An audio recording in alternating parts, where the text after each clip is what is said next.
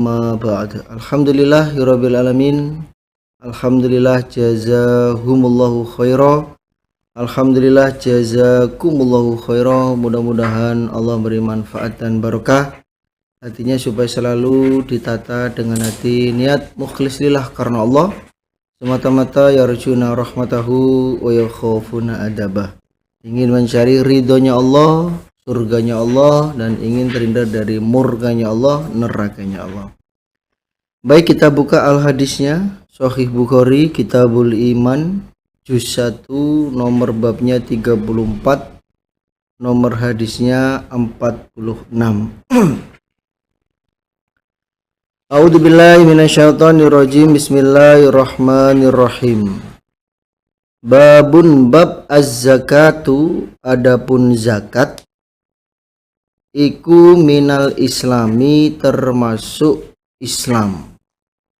Babnya zakat itu termasuk syariat Islam. Wa qauluhu, dan firmannya Allah, surat Al-Bayyinah ayat 5. Wa ma umiru, dan tidak diperintah mereka illa kecuali liya'budu, agar menyembah mereka Allah pada Allah, mukhlisina, dengan memurnikan, lahu pada Allah, ad-dina pada agama, hunafa'a, dengan condong. Condong itu maksudnya ya betul-betul menetapi agama. Udkhulul islama bil kafah. Wa yuqimu, dan menetapi mereka as-sholata, pada sholat.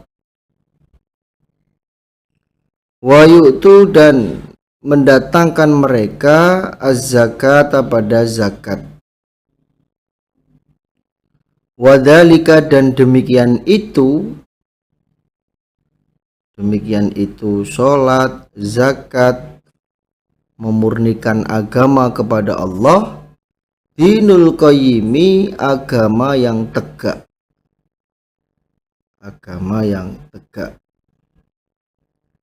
Jadi Allah berfirman, mereka tidak diperintah kecuali agar mereka itu ibadah kepada Allah dengan memurnikan agama yang condong.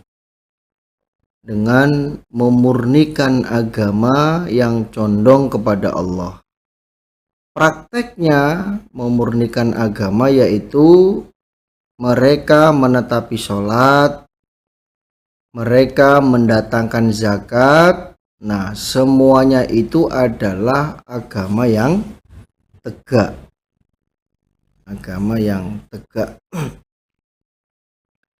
Hadasana Ismail qala hadasani Malik ibnu Anas an ammih, rupani Abi Suhailin ibni Malik an abih, annahu, sesungguhnya Abi, sami'a, mendengar dia, Tolhata, pada Tolhah ibnu Ubaidillah, yaqulu, berkata siapa Tolhah, ja'a, datang siapa rojulun, seorang laki-laki,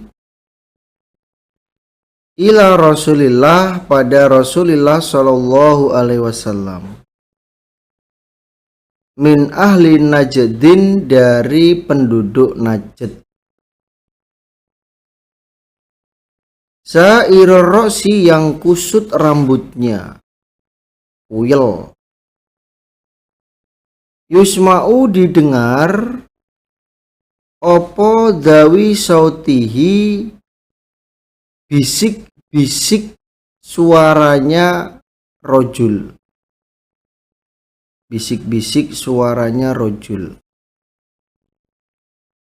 wala yufqahu, dan tidak dipahami, opo ma apa-apa, Yuqalu yang berkata siapa rojul. Jadi ada seorang laki-laki dari ahli Najd datang kepada Nabi yang keadaannya itu rambutnya kusut kuyel. Ini menunjukkan orang yang melakukan perjalanan jauh, yang mana suara bisik-bisiknya itu tidak didengar dan tidak bisa dipahami. Jadi dia tuh ngomongnya itu pelan. Ngomongnya pelan sampai para sahabat yang waktu itu berada di sisinya Nabi itu tidak mendengar terhadap pertanyaannya rojul kepada Nabi. Hatta sehingga dana mendekat siapa rojul, faida maka ketika itu huwa rojul yas'alu bertanya siapa rojul anil islami tentang Islam. Ternyata setelah rojul itu mendekat, dia menanyakan tentang Islam kepada Nabi. Faqala maka bersabda siapa Rasulullah Shallallahu Alaihi Wasallam, Islam itu al-khomsu sholawatin. Al-khomsu 5, sholawatin beberapa sholat. Maksudnya sholat 5 waktu. Fil yaumi di dalam satu hari, wal lailati dan satu malam. Jadi Islam itu adalah mengerjakan sholat 5 waktu dalam sehari semalam. Faqala maka berkata siapa rojul, hal adakah alayya wajib atasku ghairuha selainnya sholat 5 waktu. Nabi, apakah ada kewajiban lain kepadaku selain mengerjakan sholat 5 waktu? Qala bersabda Nabi, la tidak ada kewajiban lain selain sholat 5 waktu, ila kecuali anta tawwa'a bahwa ibadah sunnah engkau, kecuali kamu menambahi sholat sunnah. Jadi sholat selain 5 waktu itu tidak ada kewajiban lagi kecuali kamu menambahi dengan sholat sunnah. Qala bersabda siapa Rasulullah Shallallahu Alaihi Wasallam, yang kedua wasiyamu dan puasa Ramadhana pada bulan Ramadan. Islam itu mengerjakan puasa di bulan Ramadan. Qala berkata siapa rojul, hal adakah alayya wajib atasku ghairuhu selainnya puasa? Apakah ada kewajiban lain selain puasa Ramadan? Qala bersabda Nabi, la tidak ada. Illa kecuali anta tawwa'a bahwasanya ibadah sunnah engkau, maksudnya puasa sunnah engkau. Tidak ada kewajiban puasa selain Ramadan kecuali kamu mengerjakan puasa sunnah. Nambah ibadah yang lain selain kewajiban, yaitu sunnah. Qala berkata siapa Tolhah rawi hadis, wa dzakara dan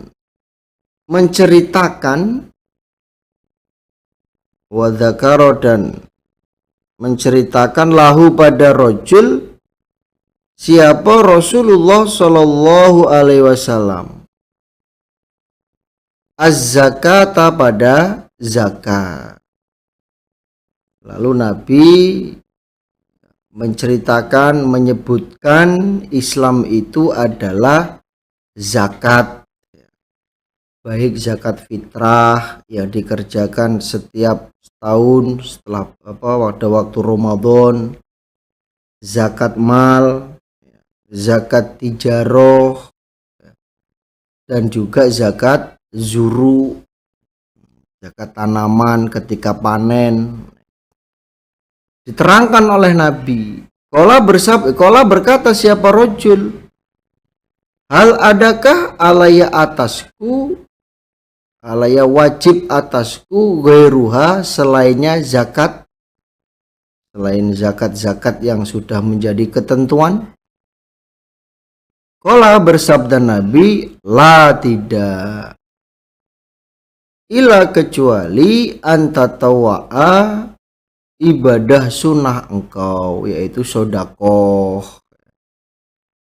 Tidak ada kewajiban zakat selain zakat yang sudah ditentukan, kecuali ibadah sunnah, yaitu sodakoh. Qala berkata siapa perawi, Tolhah ibni Ubaidillah, fa'adbaro maka membelakangi, maksudnya pergi, siapa rojulu orang laki-laki, wahua dan rojul, yakulu berkata siapa rojul, wallahi demi Allah, la azidu tidak menambahi aku, ala hadza atas ini kewajiban, wala dan tidak angkusu mengurangi aku. Kemudian Tolhah menceritakan rojul itu pergi sambil berkata, demi Allah aku tidak akan menambahi kewajiban ini dan juga tidak akan mengurangi kewajiban ini. Jadi tidak ada ditambahi, tidak ada dikurangi. Artinya hanya mengerjakan, melaksanakan, menetapi kewajibannya saja. Tidak mempunyai ibadah-ibadah tambahan, ibadah sunnah. Pokoknya yang dikerjakan hanya kewajiban-kewajibannya saja. Qala bersabda siapa Rasulullah Shallallahu Alaihi Wasallam, aflaha, beruntung siapa rojul, in sodako, jika benar siapa rojul. Wah, beruntung dia kalau dia benar terhadap ucapannya. Artinya dia betul-betul menetapi apa yang dia ucapkan, yaitu hanya mengerjakan kewajiban-kewajibannya saja, maka dia akan beruntung. Jadi kalau kita kembalikan bab bahwa menetapi zakat itu merupakan kewajiban dan itu adalah syariat Islam yang betul-betul harus dikerjakan, tidak bisa tidak dikerjakan.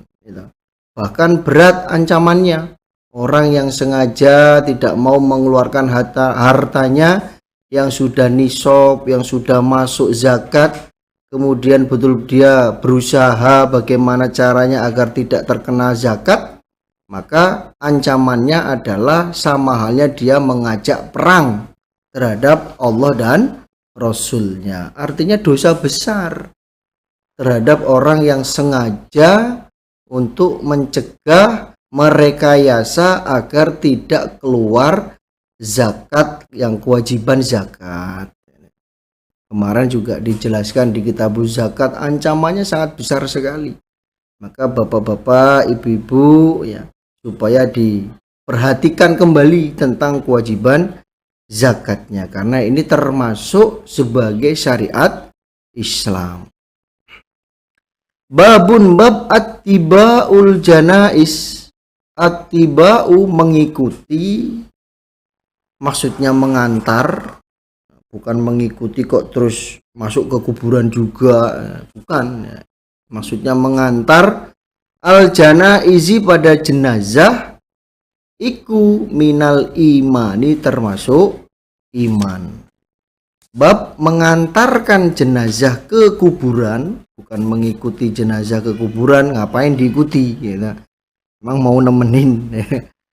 Maka itu termasuk keimanan atau penyempurna keimanan. Hadatsana Ahmad ibnu Abdullah ibnu Ali al-Manjufi qala hadatsana Rauh qala hadatsana Auf anil Hasan wa Muhammad an Abi Hurairah anna Rasulullah sesungguhnya Rasulullah sallallahu alaihi wasallam qala bersabda siapa Nabi, man barang siapa saja, kalau bahasa Cinanya itu sinten totiang, ittaba'a yang mengikuti dia, maksudnya mengantar janazatal muslimin pada jenazahnya orang Islam, imanan karena iman, wahtisaban dan karena mencari pahala. Maksudnya mengantar jenazah itu ya betul-betul niatnya karena Allah, niatnya ibadah, niatnya membantu sesama orang Islam, sesama orang jamaah. Itu yang dimaksud imanan wahtisaban. Wakana dan ada siapa orang ma'ahu bersama jenazah hatta sehingga yusola disolati opo alaiha atas jenazah. Maksudnya menyolati jenazah sak mengantarnya jenazah ke kuburan. Wa yufrogo dan diselesaikan opo min dafniha dari mengubur jenazah. Sudah disolati kemudian mengantarkan ke peristirahatan terakhir. Fa innahu maka sesungguhnya orang yarji'u kembali siapa orang kembali ke rumah minal ajri dari pahala, maksudnya membawa pahala bikirota ini dengan 2 kirot. Barang siapa yang mengantar jenazahnya orang Islam dan menyolati jenazahnya orang Islam karena keimanan dan mencari pahala, kemudian dia mengantarkan ke kuburan sampai selesai dalam prosesi penguburan jenazah, dia kembali ke rumahnya itu dengan membawa pahala 2 kirot. Membawa pahala 2 kirot. Jadi mengantar jenazah, mensolati jenazah, sampai mendoakan jenazah di dalam selesai menguburnya, ketika pulang ke rumah maka orang itu membawa pahala 2 kirot. Ulu kirotin tiap-tiap 1 kirot mislu Uhudin semisal gunung Uhud. Kenapa kok disebut mislu Uhudin? Karena memang zaman Nabi Gunung Uhud itu ya gunung paling besar, sehingga apa yang dilihat ya dijadikan gambaran. Ya. Kalau sekarang ya, tidak bisa digambarkan sebagai Gunung Uhud karena ternyata ada gunung yang lebih besar daripada Gunung Uhud. Ya. Sehingga kalau sekarang gambarannya ya lebih besar lagi pahalanya. lebih besar lagi pahalanya bagi orang yang mengantarkan jenazah dan mensolati jenazah. Waman dan barang siapa sholat yang sholat siapa orang alaiha atas jenazah. Suma kemudian roja'a kembali siapa orang, maksudnya pulang, qabla an tudfana sebelum bahwa dikubur apa jenazah, fa innahu maka sesungguhnya orang yarji'u kembali siapa orang pulang ke rumah bikirotin dengan satu kirot, dengan membawa pahala satu kirot. Jadi barang siapa yang menyolati jenazah kemudian pulang sebelum jenazah itu dikuburkan, artinya tidak ikut mengantar jenazah ke kuburan, maka orang itu pulang dengan membawa pahala satu kirot. Jadi kalau para ulama itu juga menyampaikan bahwa orang iman dalam satu hari semalam itu belum tentu bisa mengerjakan amalan-amalan yang pahalanya satu kirot. Dalam satu hari semalam itu belum tentu orang iman, orang Islam bisa mengerjakan amalan-amalan yang pahalanya itu satu kirot. Artinya apa? Artinya ketika ada orang iman yang meninggal dunia, ada orang iman jamaah yang meninggal dunia, maka kita sebagai sesama orang iman supaya memerlukan untuk mensolati dan mengantarkan jenazahnya. Kalau memang tidak dimungkinkan untuk mengantarkan karena kesibukan kerja dan lain sebagainya, ya silahkan disolati, sholat goib ya. Karena apa? Pahalanya begitu besar. Kita ibadah dari pagi sampai malam atau mungkin sampai pagi lagi, ya belum tentu kita bisa mendapatkan pahala sebesar satu kirot. Maka ketika ada kabar duka di keluarga, di kalangan orang-orang iman, orang-orang jamaah, ya maka supaya disempatkan, dimanfaatkan untuk mendapatkan pahala, untuk mencari pahala. Jadi di samping pahalanya besar, itu juga termasuk penyempurnaan keimanan. Jangan menengahi gitu. Udah disebarkan berita bahwa ada saudara kita meninggal dunia, yo tidak mengucapkan innalillahi, yo tidak takziah, yo tidak mensolati, berarti ya menyia-nyiakan kesempatan yang ada gitu. Menyia-nyiakan kesempatan yang ada untuk mendapatkan pahala yang besar.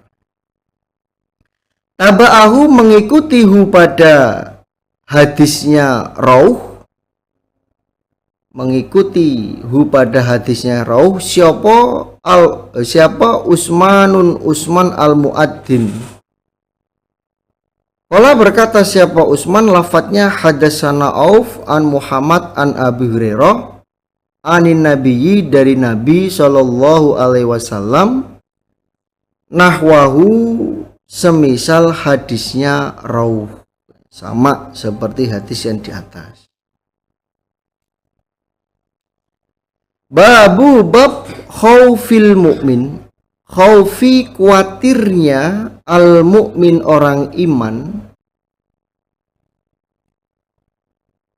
min ayah bato dari bahwasanya dilebur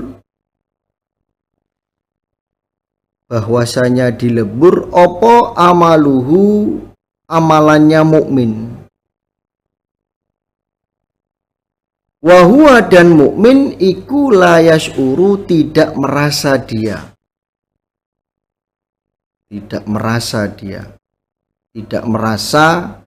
kalau amalannya itu ternyata dilebur, ya seperti yang saya sampaikan sebelumnya ya, tentang sifat kemunafikan, tidak merasa dirinya munafik padahal mengerjakan sifat-sifat munafik. Itu yang paling bahaya. Merasa pol dewe, merasa benar sendiri. Ya, padahal apa yang dia kerjakan itu merupakan pekerjaan jahiliyah, pekerjaannya orang-orang munafik. Yang itu bahaya. Ya ini sama. Babnya kekhawatirannya orang iman kalau semua amalan yang dia kerjakan itu hilang. Ya, semua amalan yang mereka kerjakan itu hilang dan dia tidak merasa bahwa amalan-amalan yang dia kerjakan itu pahalanya hilang. Waqala dan berkata siapa Ibrahim At-Taimi, ma'arotu tidak menyampaikan aku qauli pada ucapanku ala amali atas amalanku ila kecuali an akuna bahwasanya ada aku iku mukadiban didustakan, orang yang didustakan. Ibrahim At-Taimi berkata, dia berkata, aku mendatangkan ucapanku atas amalanku. Maksudnya dia mengerjakan apa yang dia ucapkan. Kecuali aku khawatir kalau aku didustakan. Kecuali aku khawatir kalau aku didustakan. Artinya bagaimana? Artinya Ibrahim At-Taimi itu takut kalau dia itu jarkoni. Apa jarkoni? Bisa bicara tapi tidak bisa ngelakoni. Ya. Ngomongnya enak, nasihatnya enak. Ya, ketika dimintai fitwah enak, dimintai fatwa enak. Tapi dia tidak mau mengerjakan apa yang dia nasihatkan. Itu berarti jarkoni, bisa bicara tapi nggak bisa ngelakoni. Lah ini yang dikhawatirkan oleh Ibrahim At-Taimi. Dia didustakan. Jadi dari ayat hadis ini juga kita bisa ambil hikmahnya bahwa para penasehat, para penyampai itu di dalam memberikan nasihat itu ya sesuai dengan kelakuannya, sesuai dengan apa yang dia kerjakan. Kalau cuman nasihat-nasihat tapi tidak ada amalan yang dia kerjakan, ya berarti dia dusta. Berarti dia dusta. Waqala dan berkata siapa Ibnu Abi Mulaikah, ada roktu menjumpai aku salasina 30 min ashabin nabiyyi dari sahabatnya Nabi Shallallahu Alaihi Wasallam. Kuluhum kesemuanya mereka 30 sahabat ya khofu khawatir mereka an-nifaqo pada munafik ala nafsihi atas dirinya. Jadi Ibnu Abi Mulaikah berkata, aku melihat 30 dari sahabatnya Nabi semuanya itu khawatir kalau dirinya itu mengerjakan sifat munafik. Ya. Mereka itu khawatir kalau dirinya itu mengerjakan sifat munafik. Jadi termasuk orang jarkoni itu ya munafik. Jadi hadis ini berarti bisa ngajar, bisa bicara tapi nggak bisa ngelakoni ya termasuk sifat-sifat munafik. Jadi sudah saya jelaskan di awal, sifat munafik itu tidak hanya 3 hal yang diterangkan dalam hadis itu bukan, tapi banyak hal-hal yang tidak diterangkan dalam hadis, tapi itu juga termasuk sifat munafik. Ya salah satunya ini, contohnya menunda-nunda sholat. waktunya sholat, menunda-nunda sholat, itu juga munafik. Kalau dalam hadisnya kan nggak ada, ya kan ayatul munafikun salasun, ya kan begitu hadisnya. Cuman 3, tapi banyak hadis yang lain menjelaskan, nggak hanya 3 saja. Termasuk menunda-nunda sholat, menunda-nunda kebaikan yang harusnya dia bisa dikerjakan hari ini, besok aja. Ya, ini termasuk sudah mulai termasuki virus-virus kemunafikan.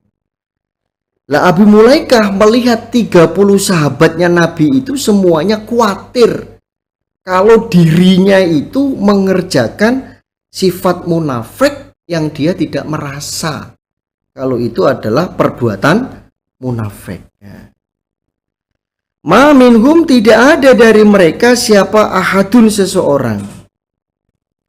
Yaqulu, berkata siapa? Ahad. Innau, sesungguhnya ahad, alal imani Jibril, mengalahkan keimanannya Jibril, wa Mikail, dan Mikail.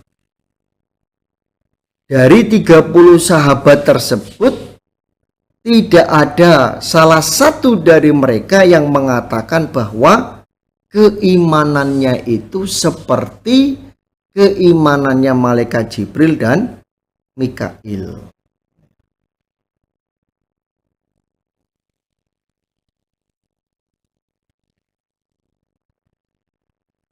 Wayudkaru, dan disebutkan apa hadis anil Hasan, dari Hasan.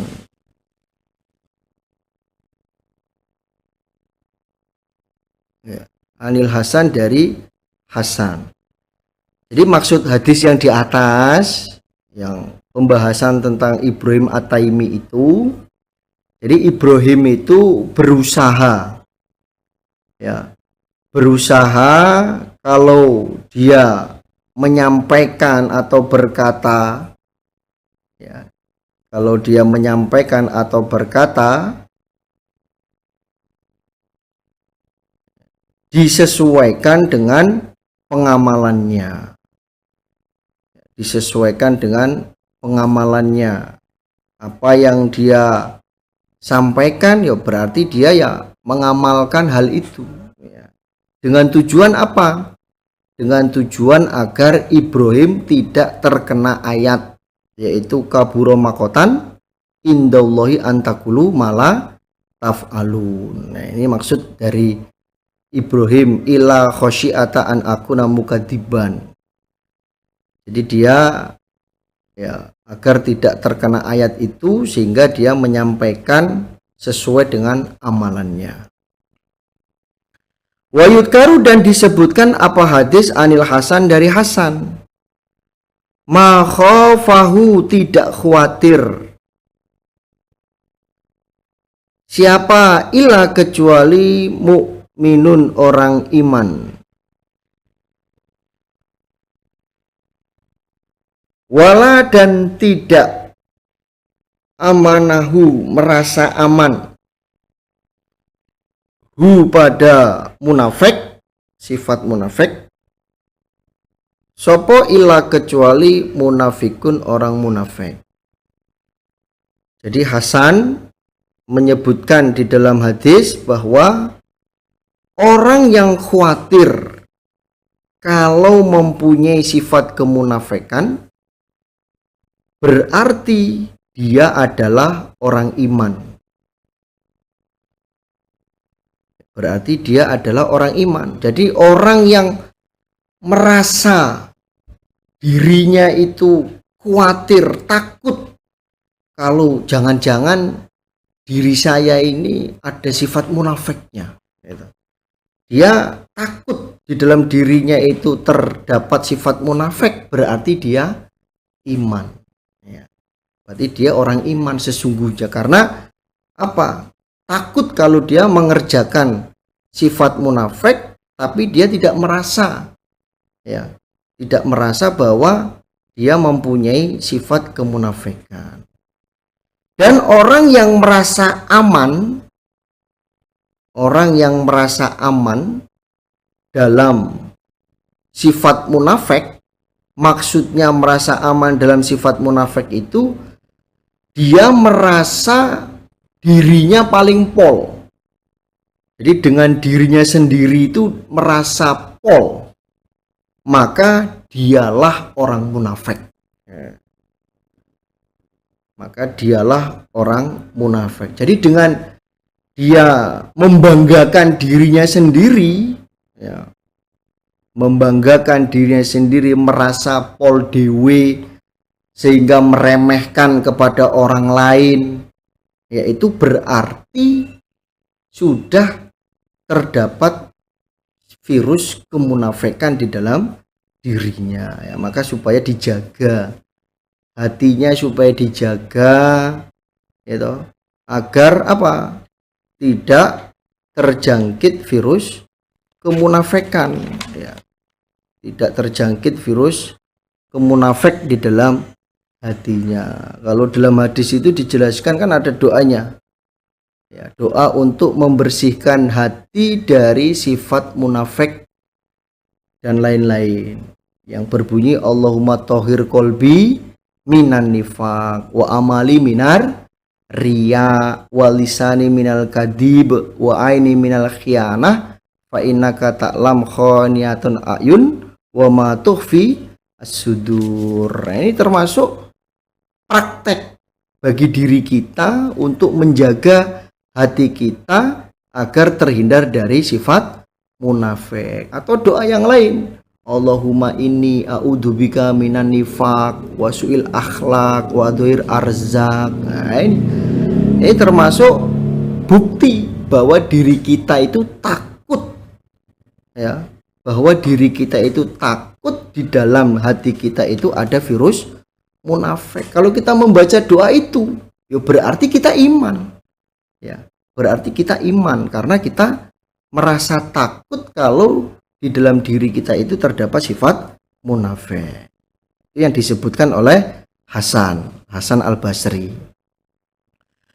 Wama dan apa-apa yuhdaru yang dikhawatirkan apama minal isrori dari terus menerus ala nifaki atas kemunafikan, wal isyani dan maksiat, berbuat maksiat, min ghairi taubatin dari selain taubat, dari selain taubat. Ya, yang dikhawatirkan adalah sesuatu yang dikhawatirkan menetapi kemunafikan terus menerus. Dia sebetulnya di dalam hatinya ada sifat munafik. Kemudian dia mengerjakan kemunafikannya terus menerus, dan dia berbuat kemaksiatan dan tidak bertobat. Nah, ini yang bahaya. Makanya bisa disebut apa? Yakhbatu amaluh, ya. Dengan dia mengerjakan kemunafikan terus dan berbuat maksiat terus, akhirnya muflis, rugi, amalannya hancur, amalannya lebur karena mengerjakan kemunafikan yang dia tidak taubati, ya. Makanya yang paling bahaya itu ya dia munafik tapi tidak merasa, ya, itu paling bahaya. Kenapa? Karena amalannya semakin lama akan terkikis dengan sifat-sifat kemunafikan. Di awal pengajian Sahih Bukhari juga sudah saya sampaikan bahwa hatinya manusia itu kan terbagi menjadi 4 belah atau menjadi 4 bagian. Bagian pertama iman, bagian kedua itu kafir, bagian ketiga itu dibalik hatinya, kemudian bagian yang keempat mempunyai 2 sisi, sisi iman dan sisi munafik. Ya, kalau sering mendengarkan nasihat, sering disirami hatinya dengan keimanan, akhirnya kemunafikannya lama-kelamaan akan terkikis, hilang, menjadi iman tulen, ya, menjadi orang iman yang seutuhnya. Tapi kalau bules, ya, kalau nggak mau dengarkan nasihat, tidak mau menerima nasihatnya orang lain, lama-lama keimanannya akan hilang. terkikis oleh kemunafikan sehingga dia menjadi orang munafik yang tulen. Nah, ketika mereka menjadi munafik yang tulen, ngakunya jamaah. Aku lo jamaah, tapi nggak sambung, tapi nggak infak sodako. Nah, itu hal-hal seperti itu yang menyebabkan yakhbatu amalu, hancurnya amalan, leburnya amalan. Makanya tadi dijelaskan banyak doa, memperbanyak doa agar terhindar dari sifat munafik. Kalau memang sudah terbukti pernah melakukan hal-hal yang menjerumus ke sifat munafik, maka segera bertaubat. Liqaulillah, karena firman Allah Ta'ala yang maha luhur. Walam yusiru, dan tidak menetapi mereka, alama, atas apa-apa,